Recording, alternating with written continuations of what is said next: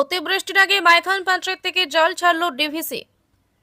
কেন্দ্রীয় আবহাওয়া দপ্তরের সতর্কবার্তা অনুযায়ী 18 ও 19 জুন ঝাড়খণ্ডের ধানবাদ সহ একাধিক জেলায় অতি ভারী বৃষ্টির সম্ভাবনা রয়েছে।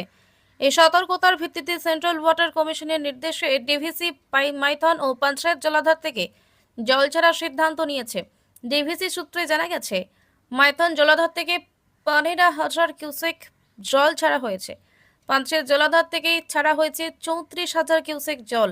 এই পদক্ষেপের উদ্দেশ্য হল বৃষ্টির ফলে জলাধারে অতিরিক্ত চাপ পড়ার আগেই জলস্তর নিয়ন্ত্রণে রাখা। ডিভিসি কর্তৃপক্ষ জানিয়েছে, প্রাকৃতিক দুর্যোগের আগে আমরা জলাধারের সুরক্ষা ও নিচু এলাকায় প্লাবন রোধে এই জল ছাড়ার পদক্ষেপ নিয়েছি।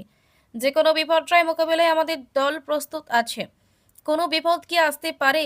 বিশেষজ্ঞদের মতে এখনই বড় কোনো বিপদের আশঙ্কা নেই, তবে যদি পরপর ভারী বৃষ্টি হয় বিশেষজ্ঞদের মতে এখনই বড় কোনো বিপদের আশঙ্কা নেই, তবে যদি পরপর ভারী বৃষ্টি হয় তবে নদীর জলস্তর হঠাৎ বেড়ে যেতে পারে। তাই নিচু এলাকায় বসবাসকারীদের সতর্ক থাকার পরামর্শ দেওয়া হয়েছে। বর্ষার আগেই সতর্ক ডিভিসি। প্রশংসা ঝাড়খণ্ড ও পশ্চিম বর্ধমানবাসীর। প্রতি বছর বর্ষায় হু হু করে জল বাড়ে, এবার আগে থেকেই ডিভিসির সতর্ক পদক্ষেপ স্বস্তি দিচ্ছে।